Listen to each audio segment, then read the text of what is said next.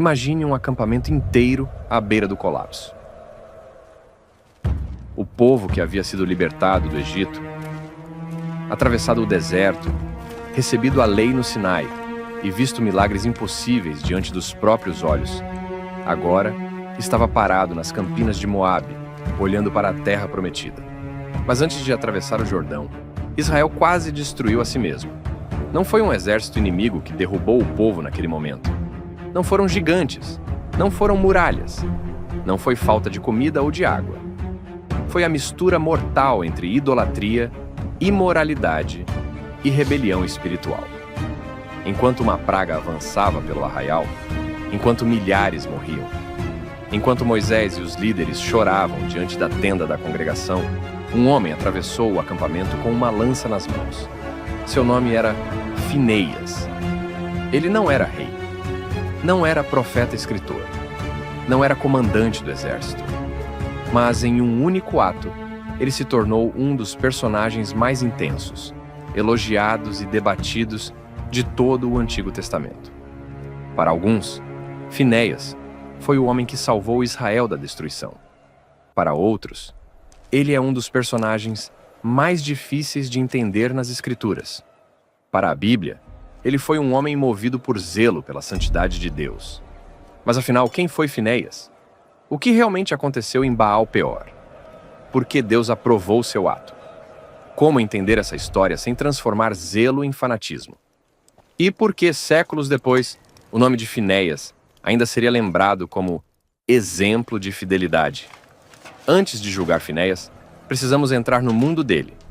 O deserto, a aliança, o sacerdócio, a santidade de Israel e a crise espiritual que quase destruiu uma geração inteira. E tudo começa não com uma lança, mas com uma família separada para servir diante de Deus. Finéias não aparece na Bíblia como um homem isolado, perdido no meio da história de Israel. Antes de sua lança atravessar o acampamento em Baal-Peor, antes de seu nome ficar marcado como símbolo de zelo, antes de Deus fazer com ele uma aliança de paz, Finéias já carregava sobre os ombros uma herança pesada. Ele era neto de Arão. E isso muda tudo. A Bíblia apresenta sua origem em Êxodo, capítulo 6, versículo 25, quando diz que Eleazar, filho de Arão, tomou para si uma das filhas de Putiel, e ela lhe deu Finéias. Em poucas palavras, o texto coloca Finéias dentro de uma das famílias mais importantes de todo o Antigo Testamento. Ele era filho de Eleazar, neto de Arão, e pertencia à linhagem sacerdotal escolhida por Deus para servir diante do santuário. Isso significa que Finéias nasceu em uma casa onde a santidade de Deus não era apenas ensinada, ela era vista, tocada e temida. Seu avô Arão havia sido separado por Deus para ser o primeiro sumo sacerdote de Israel. Era Arão quem entrava diante do Senhor, representando o povo. Era ele quem carregava sobre si os nomes das tribos de Israel. Era ele quem se aproximava do altar, lidava com o sangue dos sacrifícios e ministrava em um sistema santo, onde cada gesto tinha peso espiritual. No mundo de Israel, o sacerdote não era apenas um líder religioso. Ele era um guardião da aliança. E Finéias cresceu debaixo dessa sombra. Para entender sua história, precisamos lembrar que o sacerdócio em Israel não era uma invenção humana. Não era uma profissão escolhida por gosto pessoal. Era uma vocação determinada por Deus. Em Números, capítulo 3, a Bíblia apresenta Arão e seus filhos como aqueles que foram separados para ministrar como sacerdotes diante do Senhor. Nadab, Abiú, Eleazar e Itamar eram os filhos de Arão. Mas logo no início dessa história sacerdotal, a Bíblia mostra que servir diante de Deus era algo extremamente sério. Nadab e Abiú morreram diante do Senhor depois de oferecerem fogo estranho, conforme Números, capítulo 3, versículos 3 e 4. Recorda. A morte deles ficou como um aviso, dentro da própria casa sacerdotal. Não se trata a Deus de qualquer maneira. Não se entra no santo como quem entra em um lugar comum. Não se manipula o culto segundo a própria vontade. Finéias cresceu em uma família que conhecia tanto a honra quanto o perigo do sacerdócio. De um lado, havia a glória de servir diante do Deus vivo. Do outro, havia o temor de saber que a presença de Deus não tolerava a profanação. Essa tensão marcou toda a identidade sacerdotal de Israel. O sacerdote precisava ensinar o povo, discernir entre o puro e o impuro, oferecer sacrifícios, cuidar do tabernáculo e preservar a santidade do culto. Ele lidava com o pecado do povo, com a culpa da nação, com a expiação, com a ordem do santuário e com a aproximação entre um Deus santo e um povo pecador. Por isso, Finéias não deve ser lido apenas como um homem de temperamento forte. Ele precisa ser visto como alguém formado dentro de uma casa onde a santidade era uma responsabilidade diária. Depois da morte de Nadab e Abiú, a linhagem sacerdotal continuou por meio de Eleazar e Itamar. Eleazar, pai de Finéias, ganhou ainda mais importância na caminhada de Israel pelo deserto. Quando Arão chegou ao fim de sua vida, Deus ordenou que Moisés levasse Arão e Eleazar ao Monte Hor. Ali, diante dos olhos de Israel, as vestes sacerdotais foram retiradas de Arão e colocadas sobre Eleazar. Essa cena está em Números, capítulo 20, versículos 25 a 28. A imagem é poderosa. O velho sumo sacerdote sobe o monte. O filho sobe com ele. Moisés está presente. As vestes sagradas são transferidas. Arão morre no alto do monte, e Eleazar desce como o novo sacerdote principal de Israel.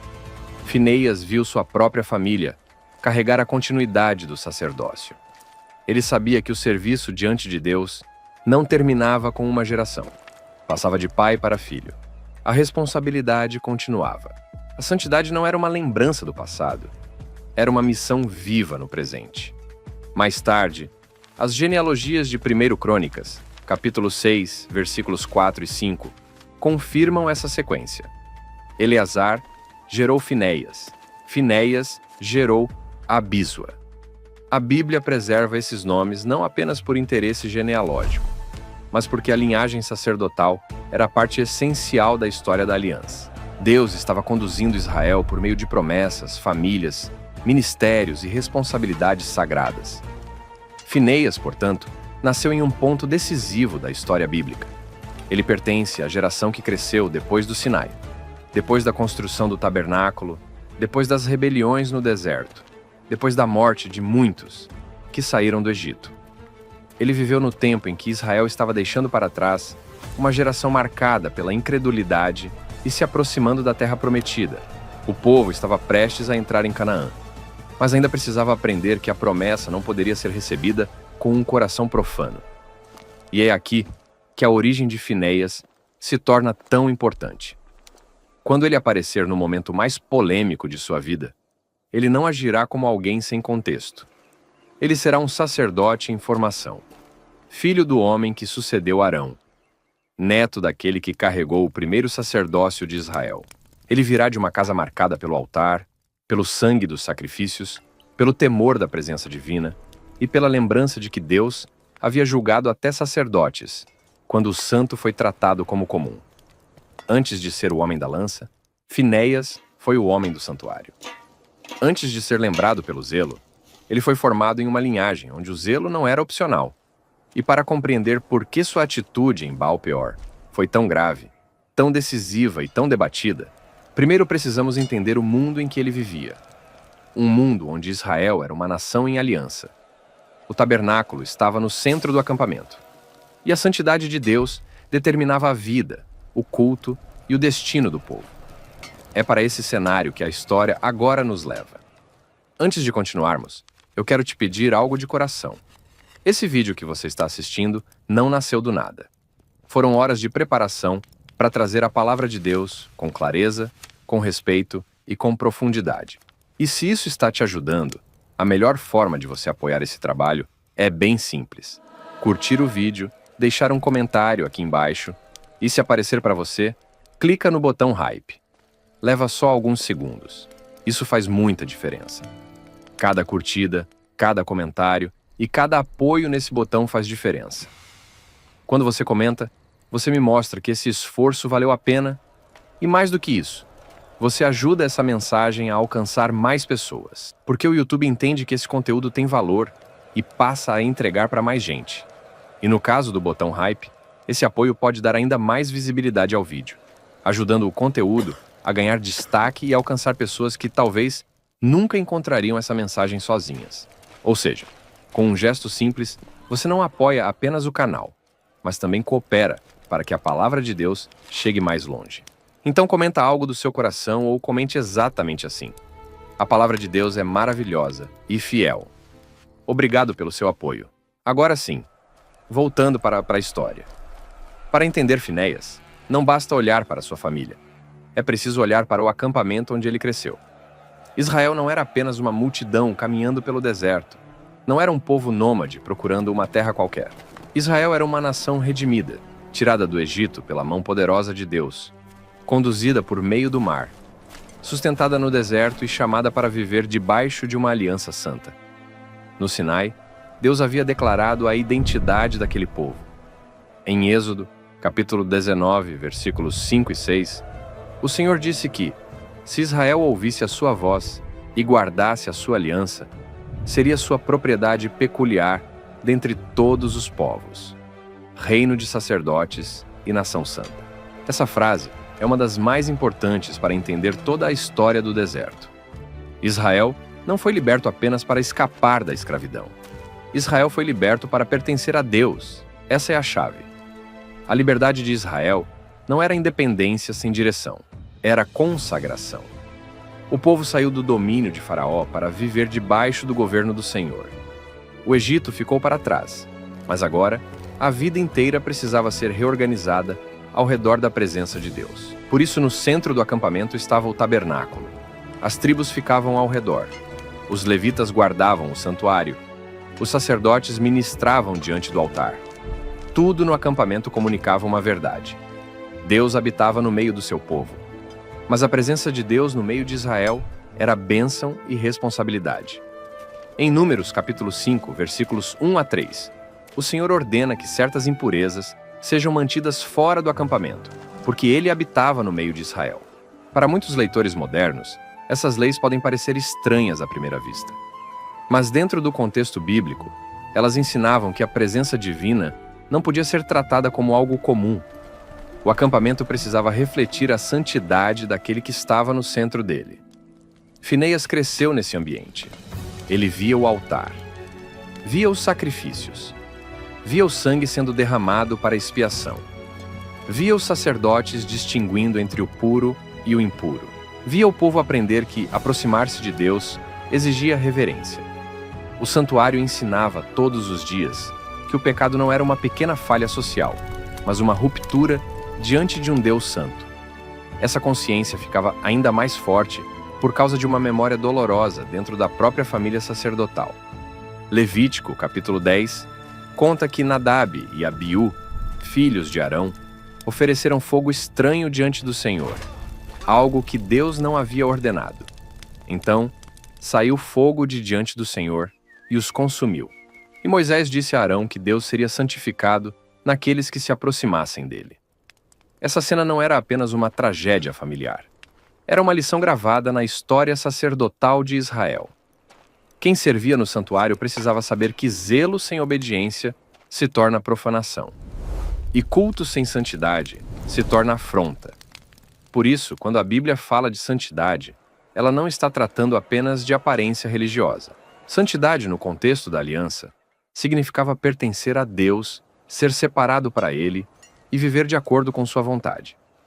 Israel deveria ser diferente das nações, não porque fosse superior em si mesmo, mas porque havia sido escolhido e separado pelo Senhor. Deuteronômio capítulo 7, versículos 1 a 6. Deixa isso claro. Israel não deveria fazer aliança com os povos cananeus, nem se misturar com seus cultos, porque isso poderia desviar seus filhos para outros deuses. O problema não era apenas convivência social. O perigo estava na absorção espiritual. As alianças proibidas poderiam arrastar Israel para a idolatria. E a idolatria era traição contra o Deus da aliança. No mundo bíblico, adorar outro Deus não era apenas mudar de religião. Era adultério espiritual. era quebrar a lealdade com aquele que havia libertado Israel do Egito. Por isso, os profetas mais tarde usariam a linguagem da infidelidade conjugal para denunciar a idolatria do povo. Israel era tratado como o povo da aliança, e a idolatria era uma ruptura dessa relação sagrada. Esse detalhe é essencial para entender o que acontecerá em Baal-Peor.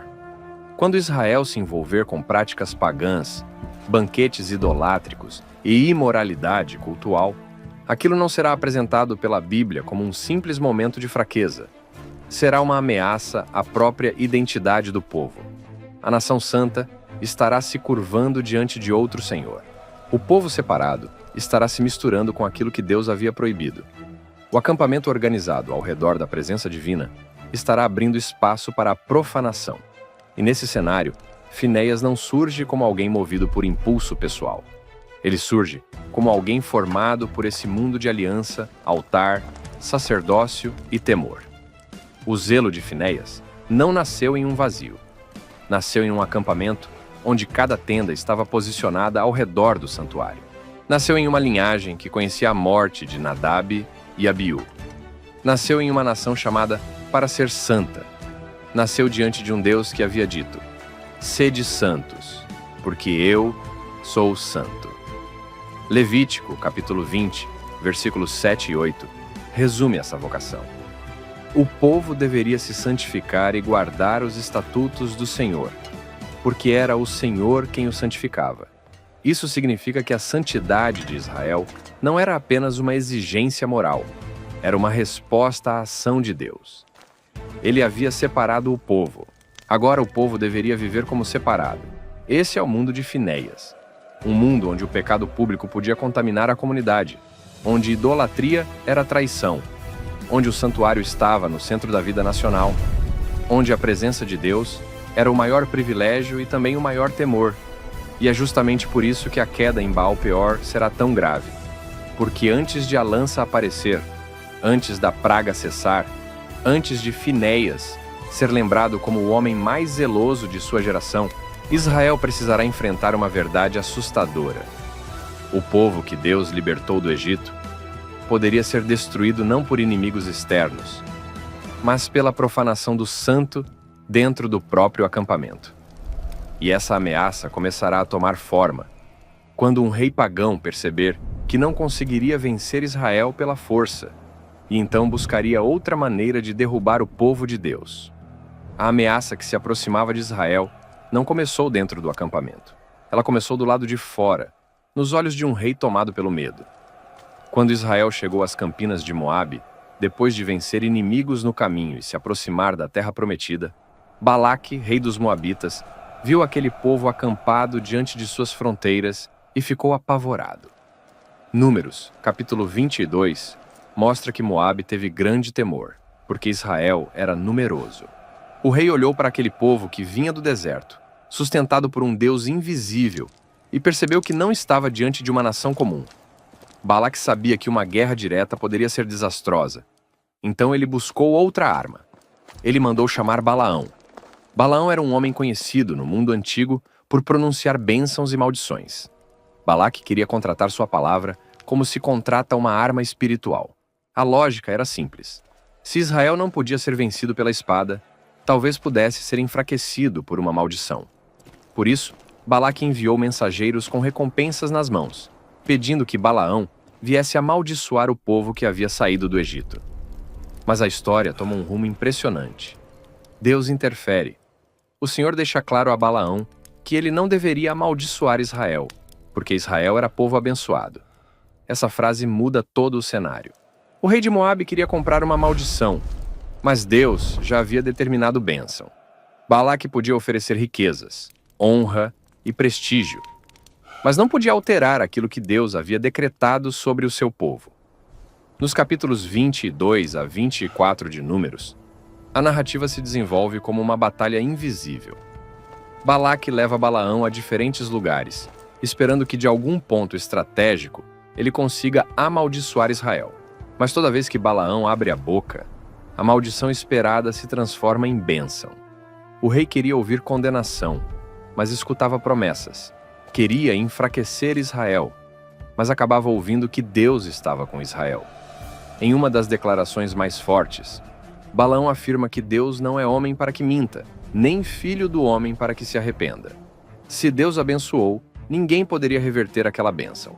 Balaque estava diante de uma verdade que ele não conseguia controlar.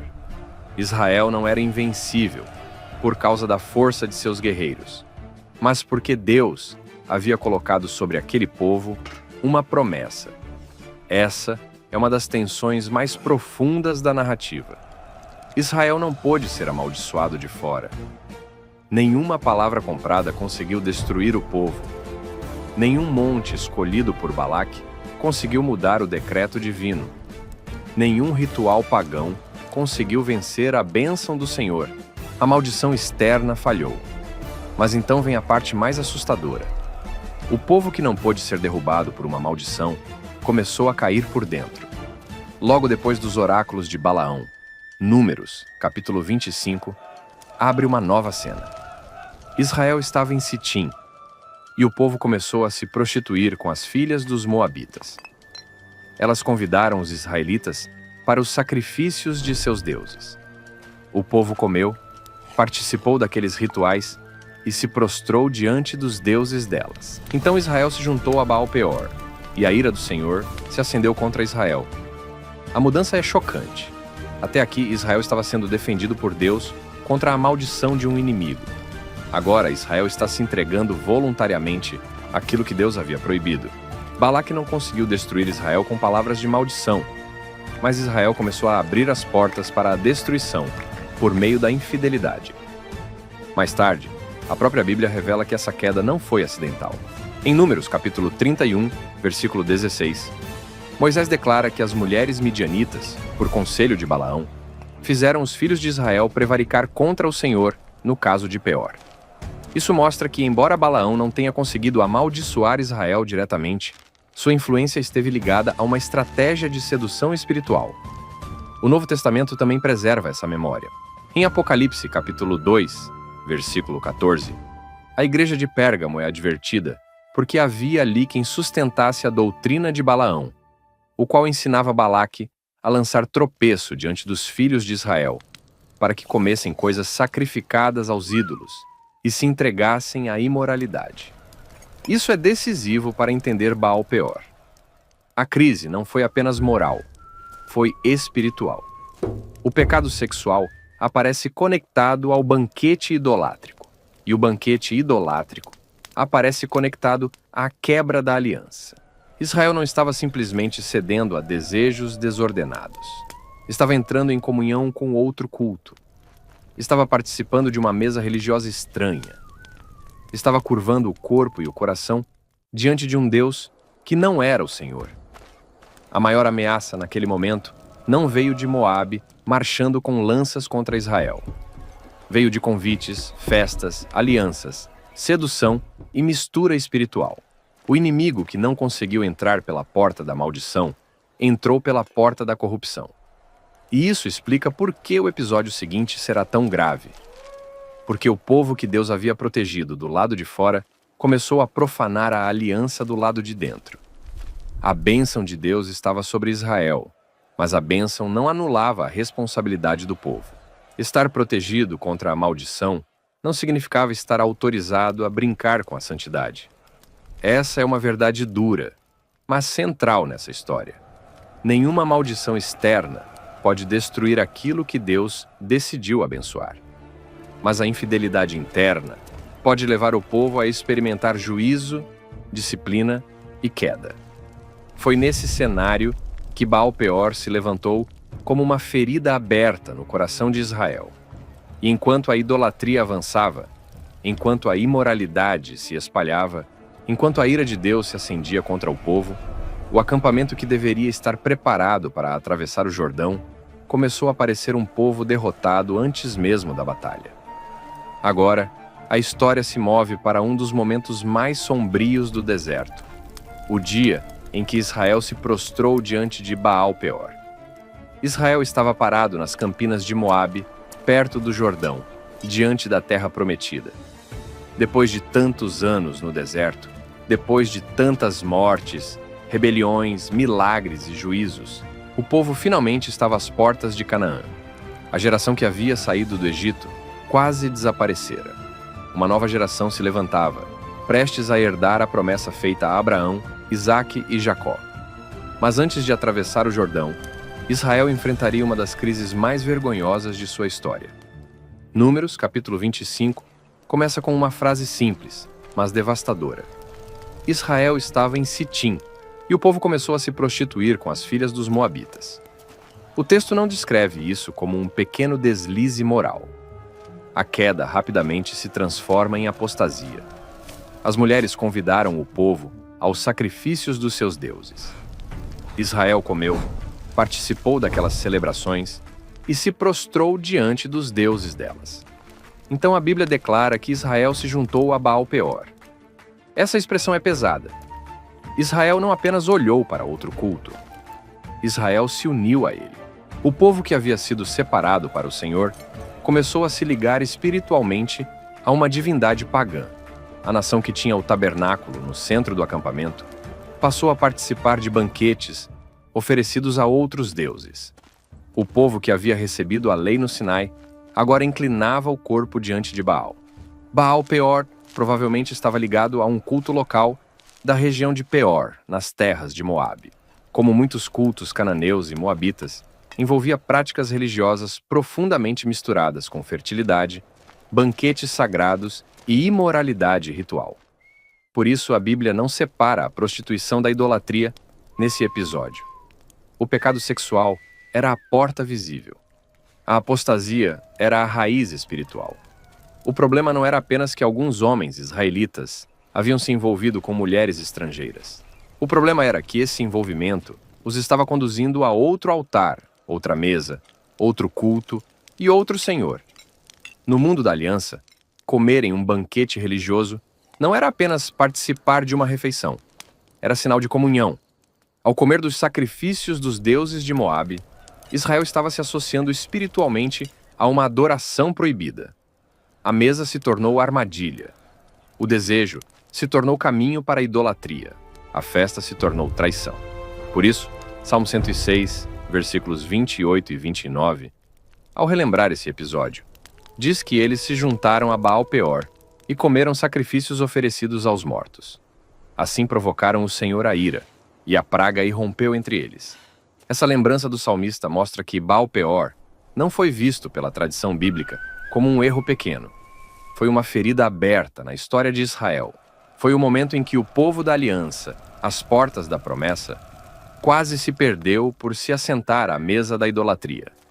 O profeta Oséias também recorda essa queda. Em Oséias, capítulo 9, versículo 10, o Senhor compara Israel a uvas no deserto, algo precioso encontrado em terra seca. Mas então, diz que eles foram a Baal-Peor, consagraram-se à vergonha e se tornaram abomináveis como aquilo que amaram. A linguagem é forte, porque o pecado transformou o povo. Israel começou a se parecer com o objeto de sua adoração. Essa é uma verdade bíblica profunda. Aquilo que o homem adora, aos poucos, molda o que ele se torna. E o resultado foi imediato. A ira do Senhor se acendeu contra Israel. Números, capítulo 25, mostra Deus ordenando a Moisés que tomasse os cabeças do povo e os expusesse diante do Senhor, para que o ardor da ira divina se retirasse de Israel. Moisés então ordenou aos juízes de Israel que matassem cada um dos homens que haviam se unido a Baal-Peor.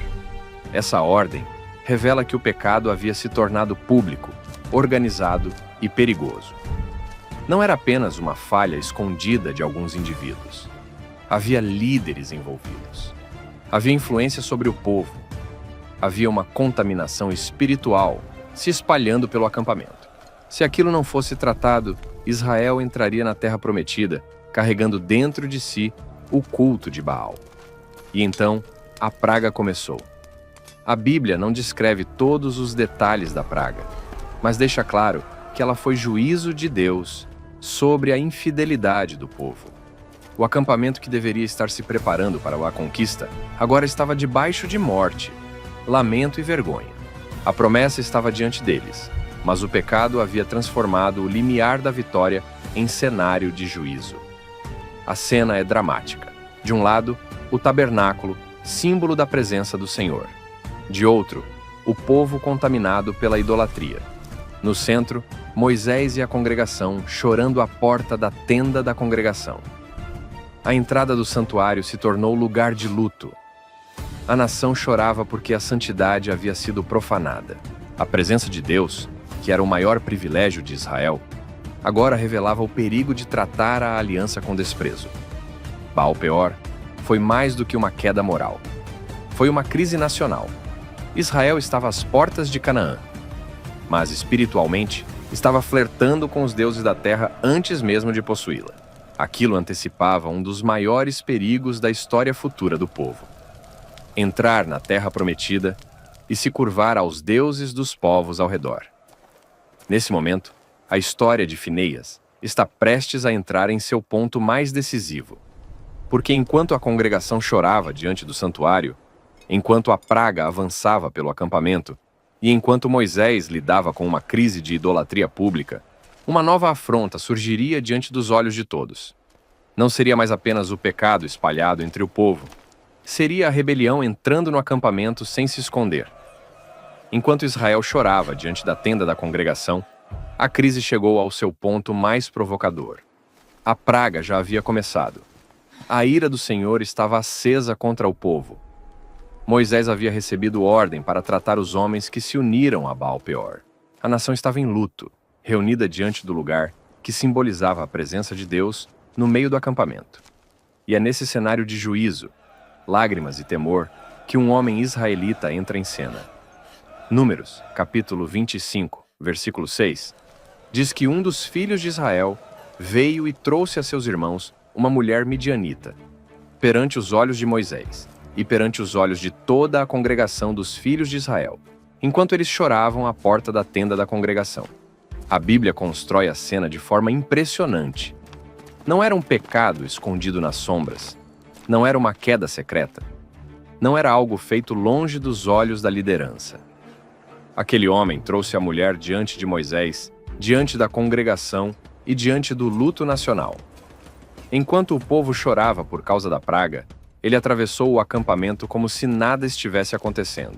Enquanto a nação sentia o peso do juízo, ele expôs sua rebelião sem temor. Enquanto a presença de Deus estava sendo tratada com seriedade à porta do santuário, ele transformou a própria crise em afronta pública. Depois, o texto revela os nomes. O homem era Zinri, filho de Salu, príncipe de uma casa paterna dos Simeonitas.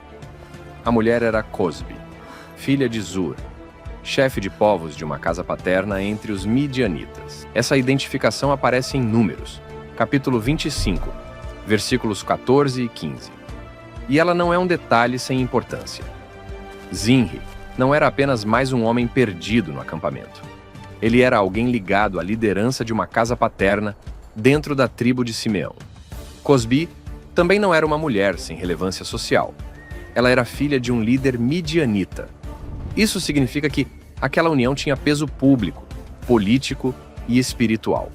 O pecado naquele momento não era apenas individual, era representativo. Um homem de posição em Israel trazia para dentro do acampamento uma mulher ligada à liderança midianita, justamente no contexto em que Israel estava sendo destruído por alianças espirituais e morais com povos estrangeiros. A cena concentrava em um único ato tudo aquilo que Baal-Peor representava: desprezo pela santidade, mistura com idolatria, desafio à liderança e indiferença diante do juízo de Deus. Por isso, a gravidade do episódio não está apenas no relacionamento entre Zinri e Cosbi. Está na maneira como ele acontece. O texto destaca que foi perante os olhos de Moisés e perante os olhos de toda a congregação. Essa repetição mostra a ousadia do ato.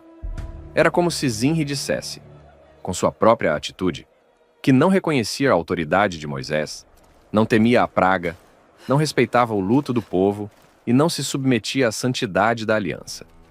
Ali, o pecado deixou de se esconder. Essa é uma das cenas mais tensas do livro de Números, porque mostra o momento em que a rebelião atravessa a fronteira da vergonha e passa a agir com atrevimento. Enquanto o pecado ainda se esconde, existe ao menos a consciência de que algo é errado.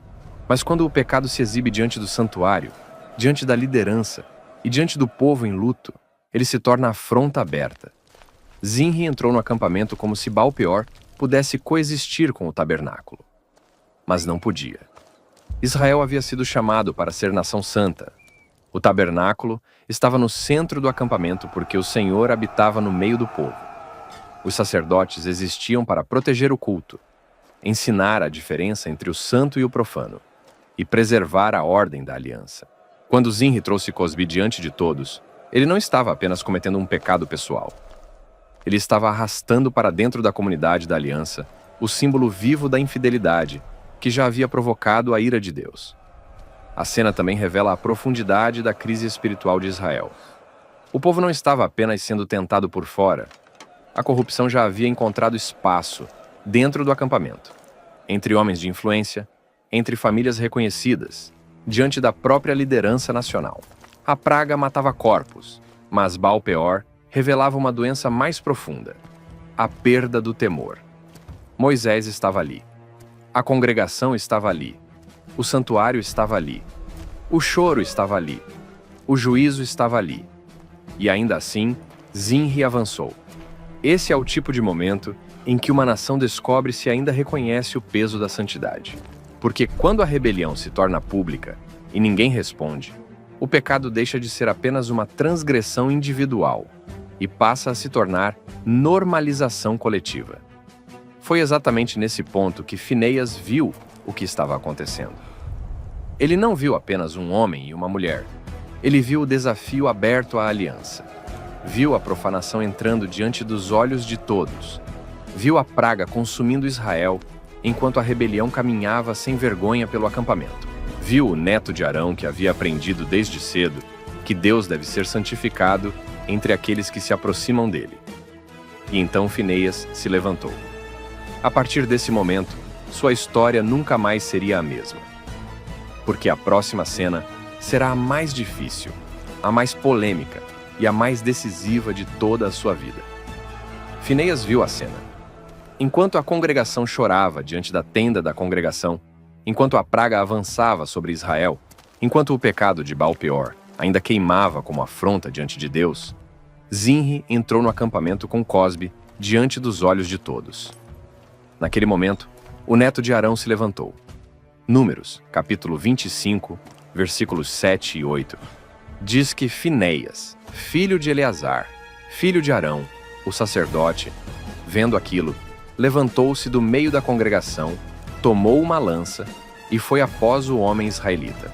Então executou juízo contra Zinri e Cosbi, e a praga cessou sobre os filhos de Israel. Essa é uma das cenas mais difíceis de todo o Antigo Testamento.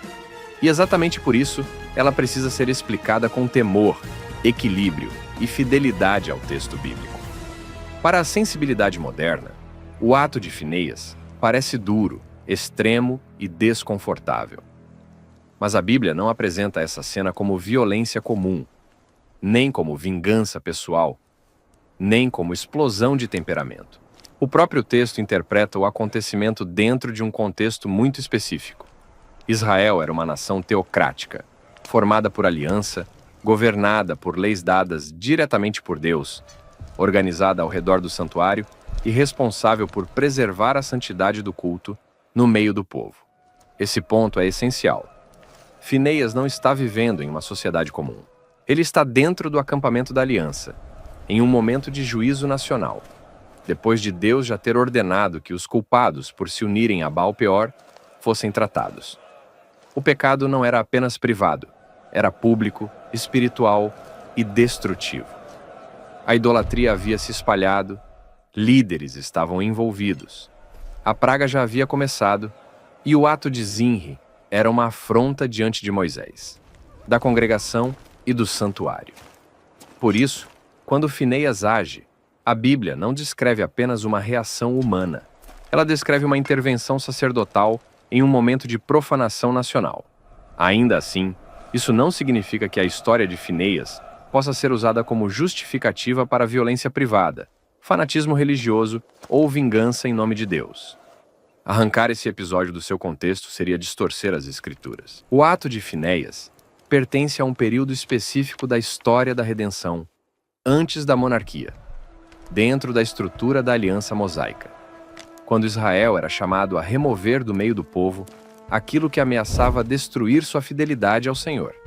Textos como Deuteronômio, capítulo 13, mostram que a idolatria em Israel era tratada como crime de aliança. Se alguém tentasse desviar o povo para outros deuses, a comunidade deveria lidar com aquilo com extrema seriedade, porque adorar outros deuses significava abandonar o Senhor que os havia tirado do Egito. O problema não era uma diferença religiosa comum, era traição contra a aliança nacional feita com Deus. É nesse mundo que Finéias se move. Ele não age porque foi ofendido pessoalmente. Ele age porque a santidade de Deus estava sendo profanada diante do povo. Ele não se levanta para defender sua própria honra. Ele se levanta porque Israel, a nação santa, estava se unindo a Baal no momento em que a ira divina já havia se acendido.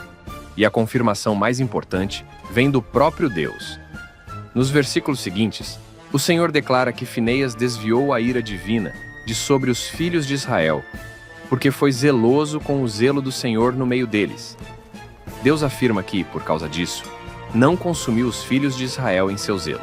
Essa declaração mostra que o foco do texto não está na lança como objeto, nem na força de Finéias como indivíduo, mas no zelo pela santidade de Deus em um momento de apostasia pública.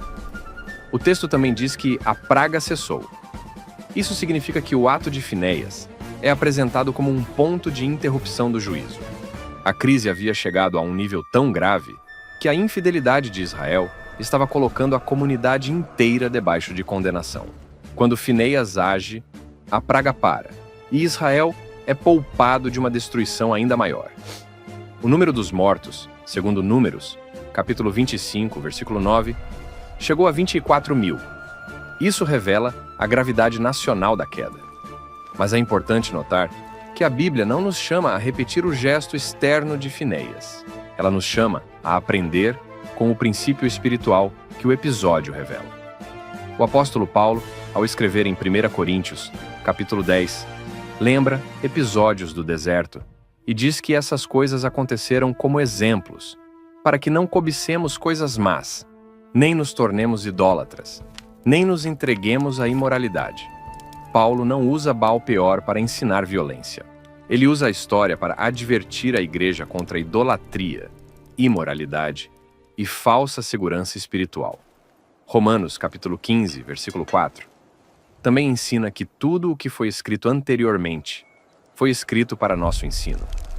Portanto, o cristão lê Finéias não como permissão para agir com força humana, mas como advertência sobre a seriedade da santidade, o perigo da idolatria e a necessidade de zelo verdadeiro diante de Deus.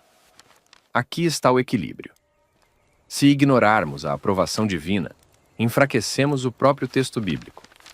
Mas, se aplicarmos o ato de Finéias fora do seu contexto, traímos o sentido da narrativa. A Bíblia aprova Finéias naquele momento específico, naquela aliança específica, naquela crise específica. Mas a aplicação para o povo de Deus hoje passa pela fidelidade, pela santidade, pela coragem moral e pelo discernimento espiritual, não pela repetição literal de um ato judicial do antigo Israel. Finéias continua sendo polêmico, porque sua história fere uma geração acostumada a tratar o sagrado como comum. Mas ele também precisa ser entendido com temor, porque zelo sem palavra pode se transformar em fanatismo, e religião sem santidade pode se transformar em idolatria disfarçada. O zelo de Finéias não foi o zelo de um homem procurando conflito, foi o zelo de um sacerdote diante de uma profanação que ameaçava destruir a comunidade da aliança. E quando a praga cessou, o silêncio que caiu sobre o acampamento não era apenas o fim de uma crise. Era o sinal de que Deus havia interpretado aquele ato não como violência sem sentido, mas como zelo pela sua própria santidade. Mas a história não termina na lança. Depois do juízo, vem uma declaração divina surpreendente. Deus não apenas aprova Finéias, Deus faz com ele uma aliança. E é essa aliança que revelará por que Finéias entrou para sempre na memória sacerdotal de Israel. Depois que a praga cessou, veio algo ainda mais surpreendente. Deus falou. A história de Finéias não termina com o silêncio do acampamento, nem com o fim imediato do juízo. Ela continua com uma declaração divina que interpreta o acontecimento e revela como o próprio Senhor enxergou aquele ato. Em Números, capítulo 25, versículos 10 a 13, Deus fala a Moisés e diz que Finéias, filho de Eleazar, filho de Arão, o sacerdote, desviou a ira divina de sobre os filhos de Israel, porque foi zeloso com o zelo do Senhor no meio deles. E por causa disso, Deus declara que não consumiu Israel em seu zelo. Essa frase é fundamental. A Bíblia não diz apenas que Finéias foi zeloso, ela diz que ele foi zeloso com o zelo do Senhor. Isso mostra que o centro da narrativa não é a personalidade de Finéias, nem sua coragem natural, nem sua força emocional. O centro é a santidade de Deus. Finéias agiu em alinhamento com aquilo que Deus já havia revelado sobre a seriedade da aliança, a gravidade da idolatria e o perigo da profanação pública. E então vem a promessa. Deus manda Moisés dizer que daria a Finéias a sua aliança de paz. Essa expressão precisa ser entendida com cuidado. Quando o texto fala em aliança de paz, não está dizendo que Finéias era um homem pacífico no sentido moderno, como alguém que evita todo conflito a qualquer custo. Na verdade, a cena anterior mostra o contrário. Finéias entrou em uma crise de forma decisiva. Mas a paz, aqui, está ligada ao favor de Deus, à restauração da ordem, à interrupção da ira e à estabilidade da promessa sacerdotal. A paz que Deus concede a Finéias não nasce da passividade, nasce da fidelidade. No contexto bíblico, paz não significa apenas ausência de guerra. A palavra carrega a ideia de inteireza, ordem, segurança, comunhão e bem-estar debaixo da bênção de Deus. Assim, a aliança de paz dada a Finéias significa que Deus estabeleceu sobre ele uma garantia de favor e continuidade. O homem que se levantou em meio à profanação agora recebe de Deus uma promessa de permanência. E essa promessa se torna ainda mais clara quando o Senhor declara que Finéias e sua descendência teriam uma aliança de sacerdócio perpétuo. A razão é dada no próprio texto, porque ele foi zeloso pelo seu Deus e fez expiação pelos filhos de Israel. Essa expressão também é profunda. Finéias não ofereceu um sacrifício no altar naquele momento, mas sua ação é descrita como um ato que afastou a ira e interrompeu o juízo sobre a comunidade. Dentro daquele contexto teocrático, sua intervenção funcionou como defesa da santidade da aliança e preservação do povo. Ele não agiu como um homem buscando vingança pessoal. Agiu como sacerdote, zelando pelo Deus que habitava no meio de Israel. Por isso, Deus honra Finéias. E é importante perceber que essa honra não apaga a atenção da história. O episódio continua sendo forte, difícil e polêmico. Mas a própria Bíblia não permite que ele seja lido como simples violência humana. Deus mesmo interpreta o ato como zelo, expiação e preservação da comunidade da aliança. A partir daqui, a história de Finéias deixa de ser apenas um episódio isolado e passa a fazer parte da memória sacerdotal de Israel. As genealogias bíblicas confirmam essa continuidade. Em 1 Crônicas, capítulo 6, a linhagem sacerdotal é preservada. Eleazar gerou Finéias, Finéias gerou Abissua. E a lista segue através das gerações. Esses nomes podem parecer apenas registros antigos para muitos leitores, mas na Bíblia eles têm grande importância. Eles mostram que a promessa feita em Números não desapareceu no deserto. A linhagem de Finéias continuou ligada ao sacerdócio. Mais tarde, em Esdras, capítulo 7, quando Esdras é apresentado, sua genealogia é traçada de volta a Arão, passando por Finéias. Isso mostra que, séculos depois, o nome de Finéias ainda estava associado à legitimidade sacerdotal, à transmissão da lei e à restauração espiritual do povo. O homem que se levantou em Baal-Peor não ficou preso apenas à cena da lança. Seu nome permaneceu dentro da história daqueles que ministravam diante do Senhor. O Salmo 106 também interpreta sua memória de forma positiva. Ao relembrar o pecado de Israel em Baal-Peor, o salmista diz que Finéias se levantou e executou juízo, e a praga cessou. Então afirma que isso lhe foi imputado por justiça, de geração em geração, para sempre. Essa linguagem mostra que a tradição bíblica viu Finéias como exemplo de fidelidade em um momento de apostasia. Não porque sua ação pudesse ser repetida de qualquer forma, por qualquer pessoa, mas porque seu zelo revelou compromisso com a santidade de Deus quando muitos estavam se curvando diante de Baal. Finéias foi honrado porque em uma geração de mistura, ele discerniu o perigo da profanação. Em uma hora de juízo, ele não tratou o pecado como coisa comum. Em um momento em que a aliança estava sendo desprezada publicamente, ele se posicionou do lado da santidade do Senhor. A aliança de paz, portanto, mostra que Deus não viu Finéias como um homem movido por fúria sem direção. Deus o viu como sacerdote zeloso, alguém que compreendeu o peso daquele momento e agiu em defesa da aliança. Mas essa promessa também abre uma nova fase em sua história. Porque Finéias não desaparece depois de Baal-Peor. O mesmo homem que recebeu a aliança de paz será visto novamente em um cenário de juízo, guerra e memória amarga. A crise com Moabe e Midian ainda não havia terminado. O pecado de Peor ainda deixaria consequências. E Finéias, agora marcado pela aprovação divina, será enviado para um novo campo de tensão, a guerra contra Midian. A história de Finéias não terminou em Baal-Peor. Depois da praga, depois da aliança de paz e depois da promessa de sacerdócio perpétuo, o pecado que quase destruiu Israel ainda precisava ser tratado em sua raiz histórica. A ferida havia sido interrompida dentro do acampamento, mas a estratégia que levou Israel à queda vinha de fora, ligada a Midian e ao conselho de Balaão.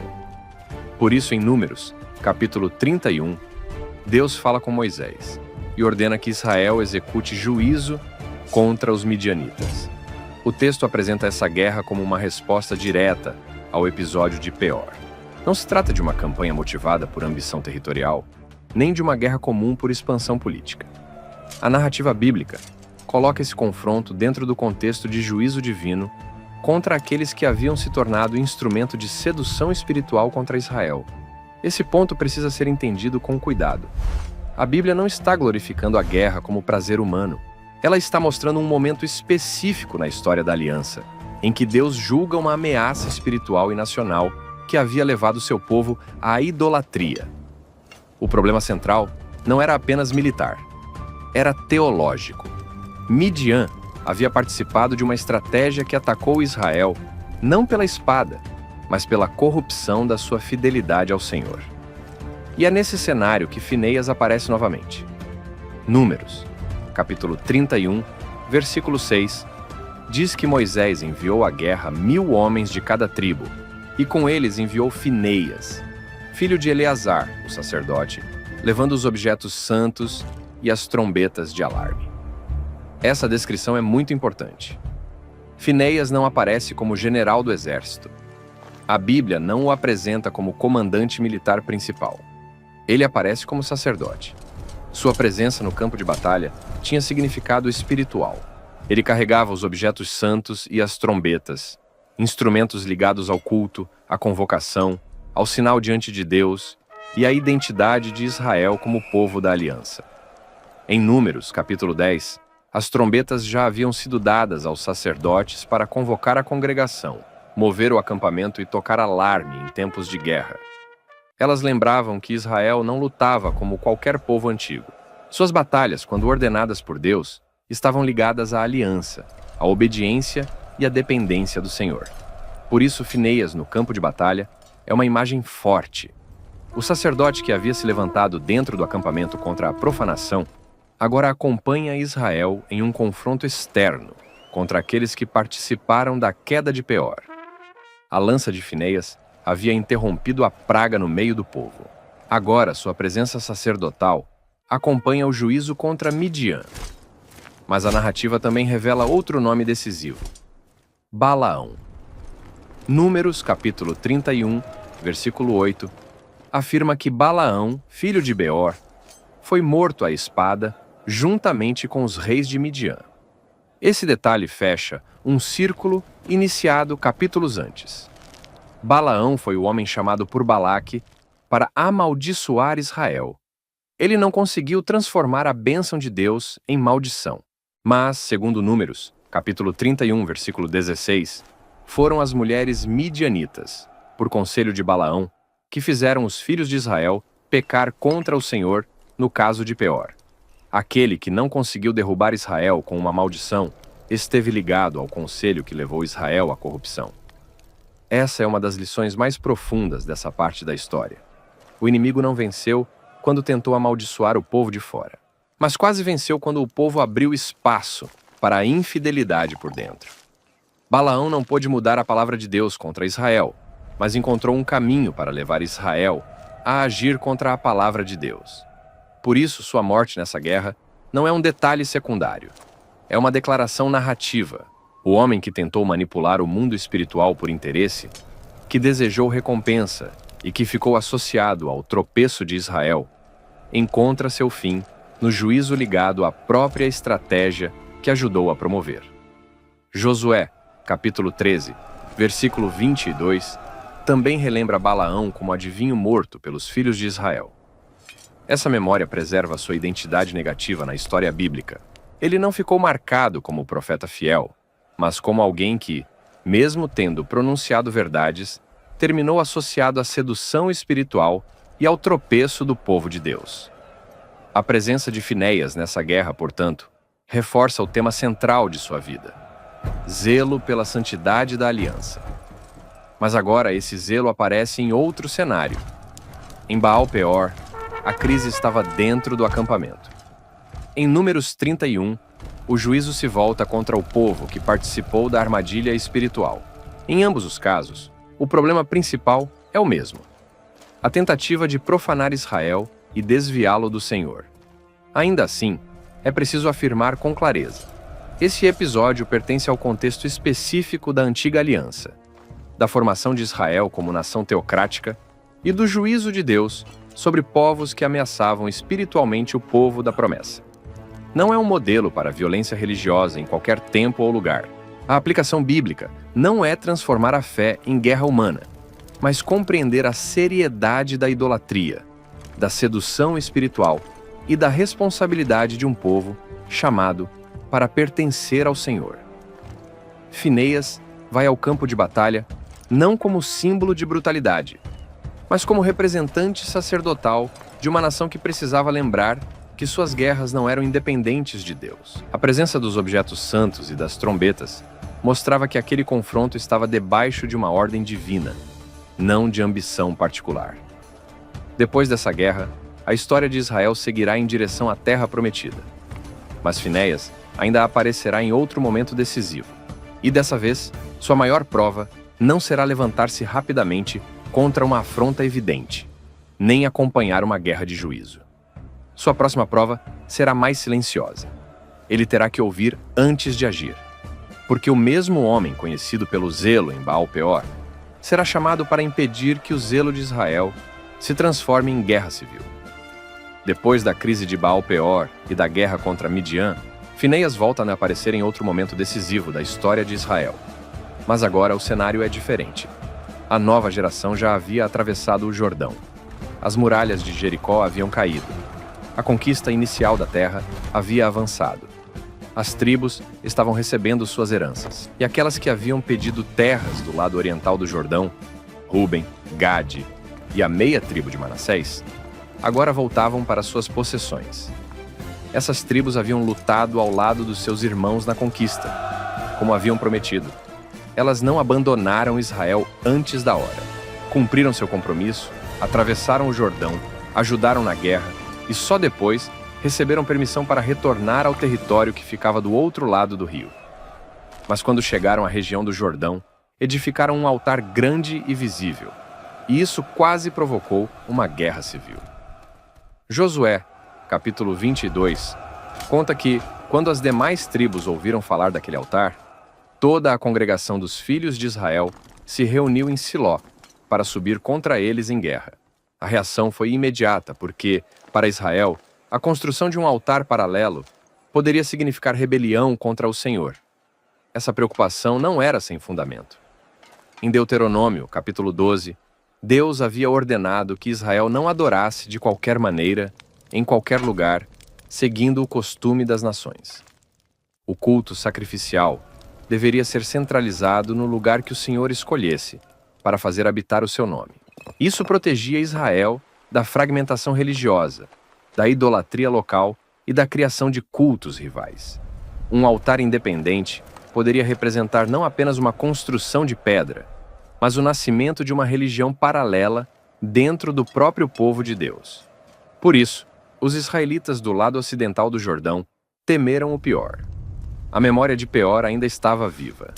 Eles sabiam o que havia acontecido quando Israel se uniu a Baal Peor. Sabiam que a ira do Senhor havia caído sobre o povo. Sabiam que a infidelidade de alguns podia trazer juízo sobre muitos.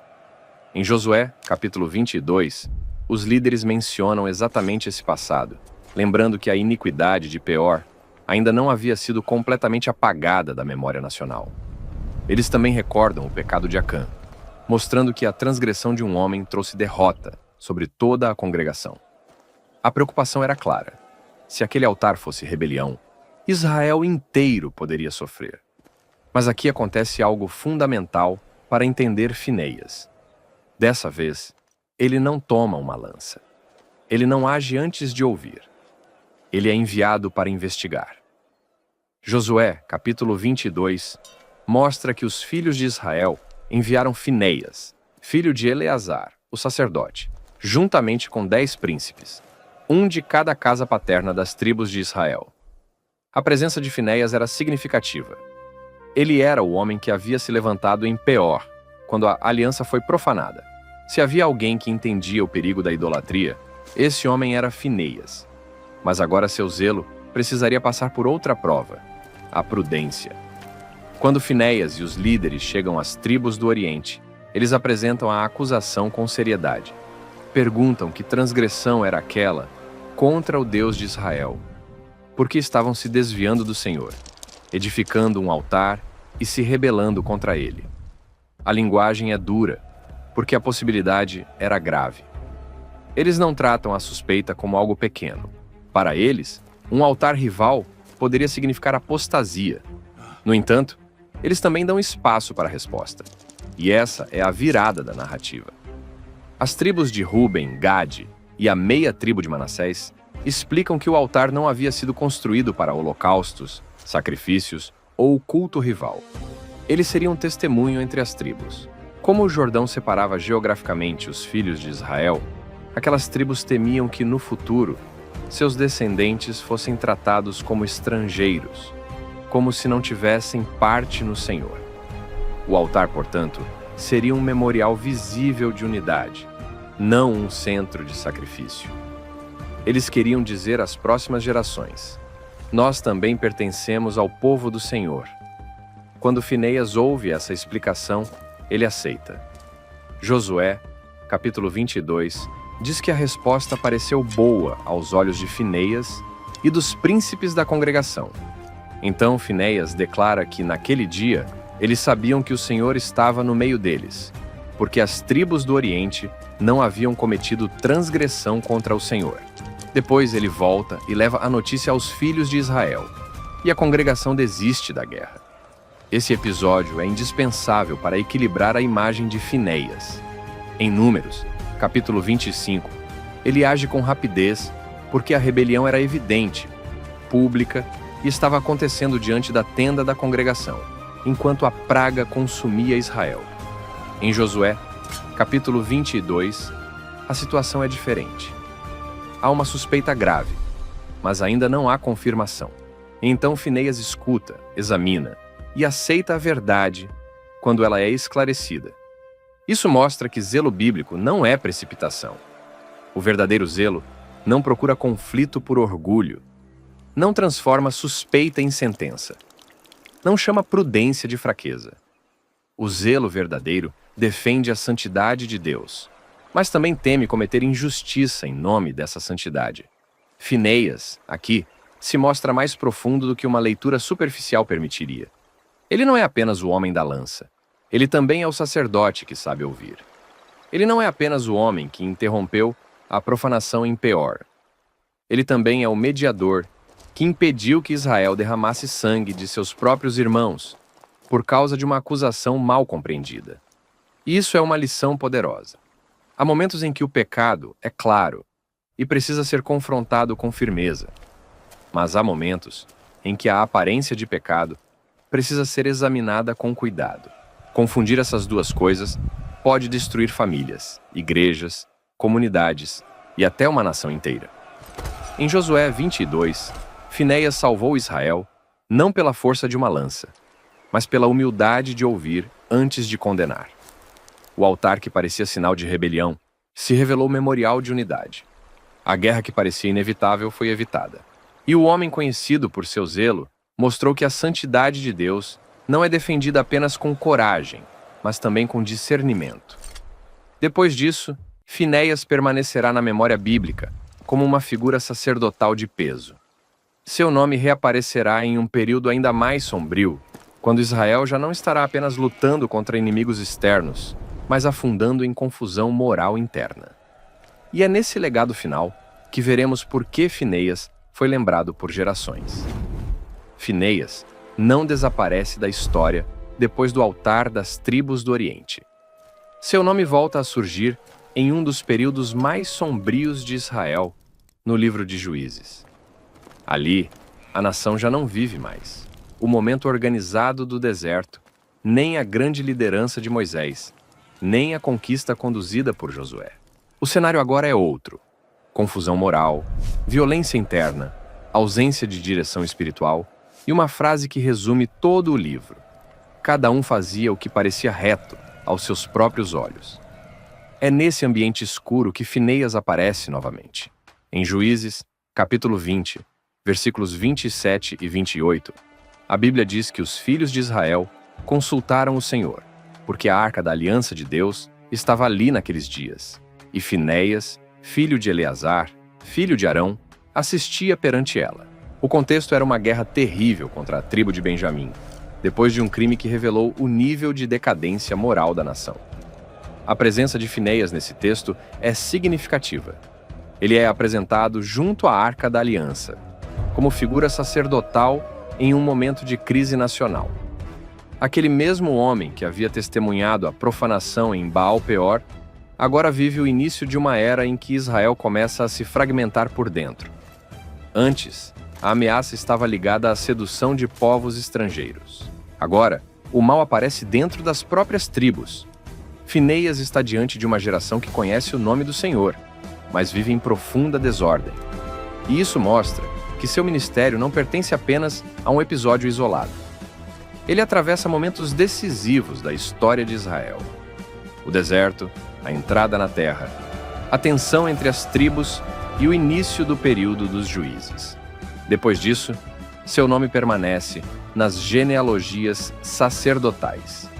1 Crônicas, capítulo 6. Preserva sua linhagem. Eleazar gerou Finéias. Finéias gerou Abisua. Para o leitor apressado, essas genealogias podem parecer apenas listas antigas, mas na Bíblia, elas carregam memória, promessa e identidade. A linhagem de Finéias mostra que a aliança de sacerdócio dada em Números não ficou esquecida no deserto.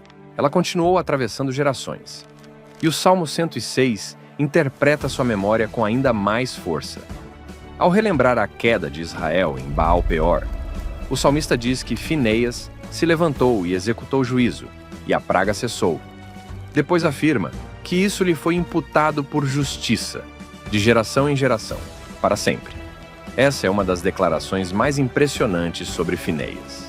A Bíblia não o apresenta como um homem dominado por ódio pessoal, mas como alguém cuja ação, naquele contexto específico, foi reconhecida como fidelidade diante de Deus. Mas exatamente aqui precisamos entender Finéias com temor, porque sua história pode ser distorcida de dois modos perigosos. O primeiro erro é rejeitar o testemunho bíblico, como se a aprovação divina não estivesse no texto. O segundo erro é arrancar Finéias do seu contexto e transformar sua atitude em permissão para a violência religiosa, fanatismo ou vingança humana. Nenhuma dessas leituras honra as Escrituras. Finéias foi um sacerdote da antiga aliança, em uma nação teocrática, em um momento de apostasia pública, quando o próprio Deus havia estabelecido leis específicas para preservar Israel da idolatria. Seu ato em Baal-Peor não pode ser copiado como um modelo externo para qualquer pessoa, em qualquer época, em qualquer situação.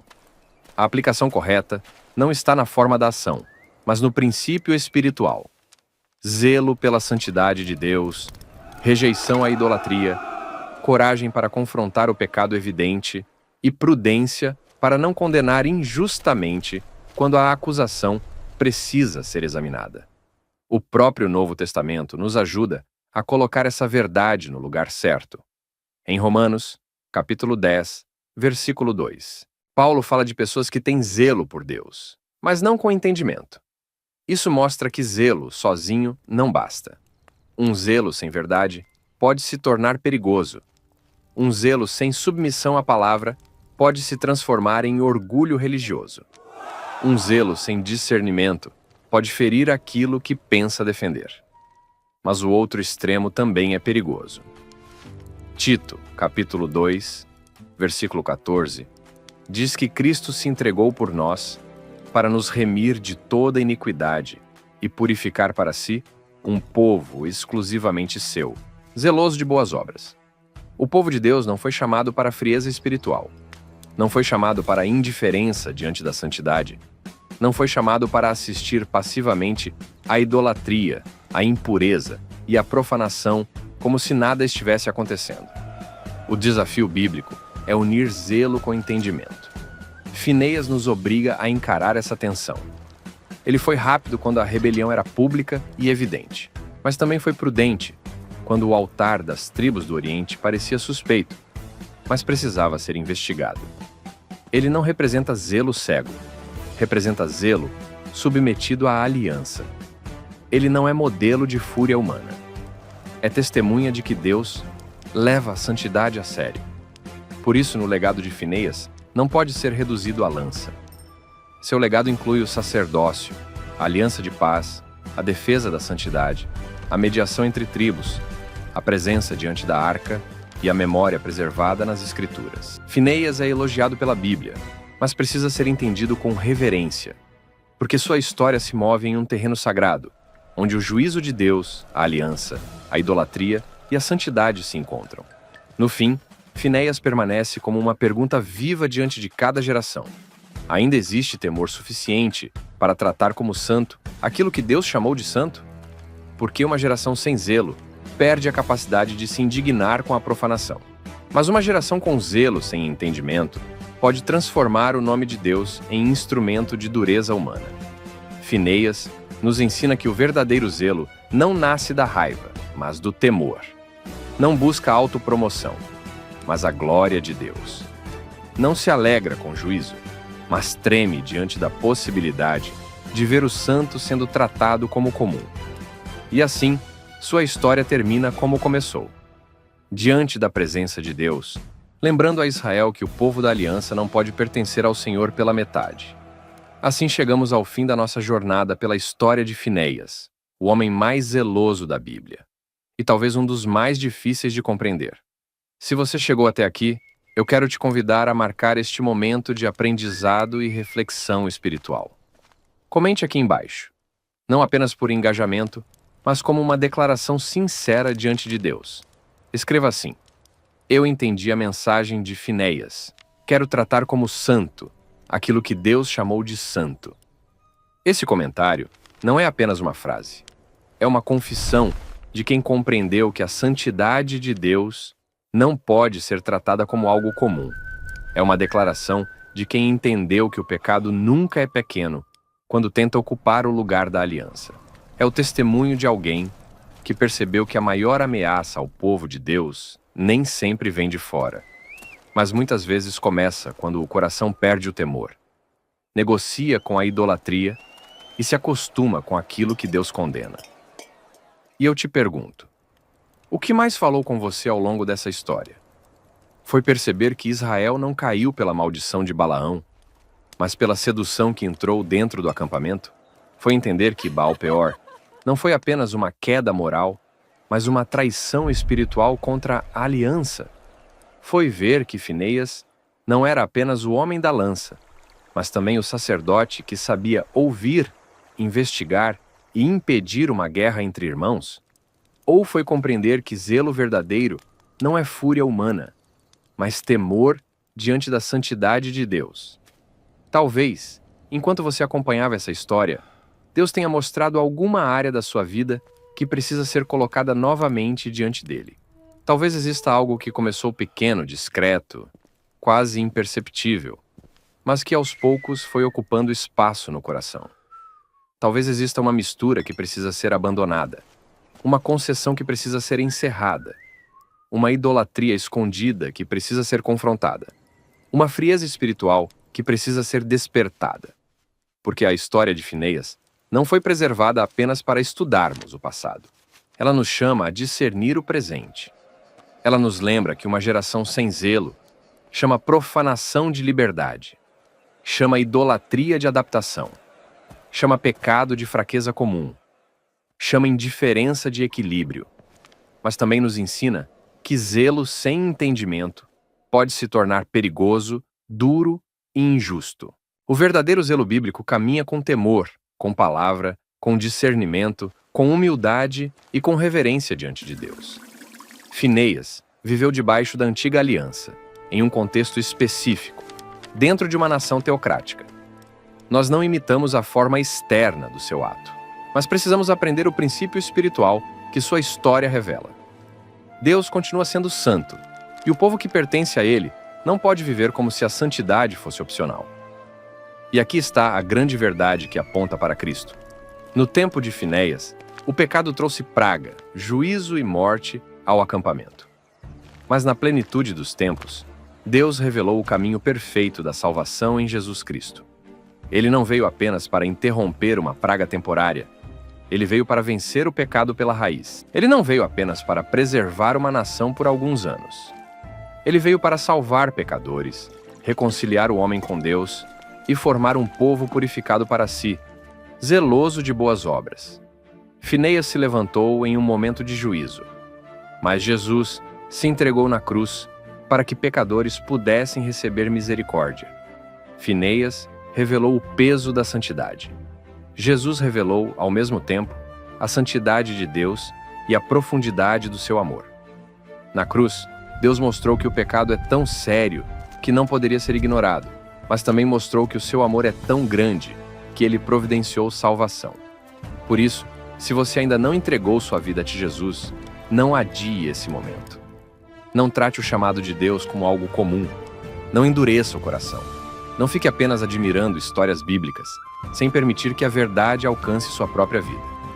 Reconheça diante de Deus que você precisa dele. Arrependa-se dos seus pecados.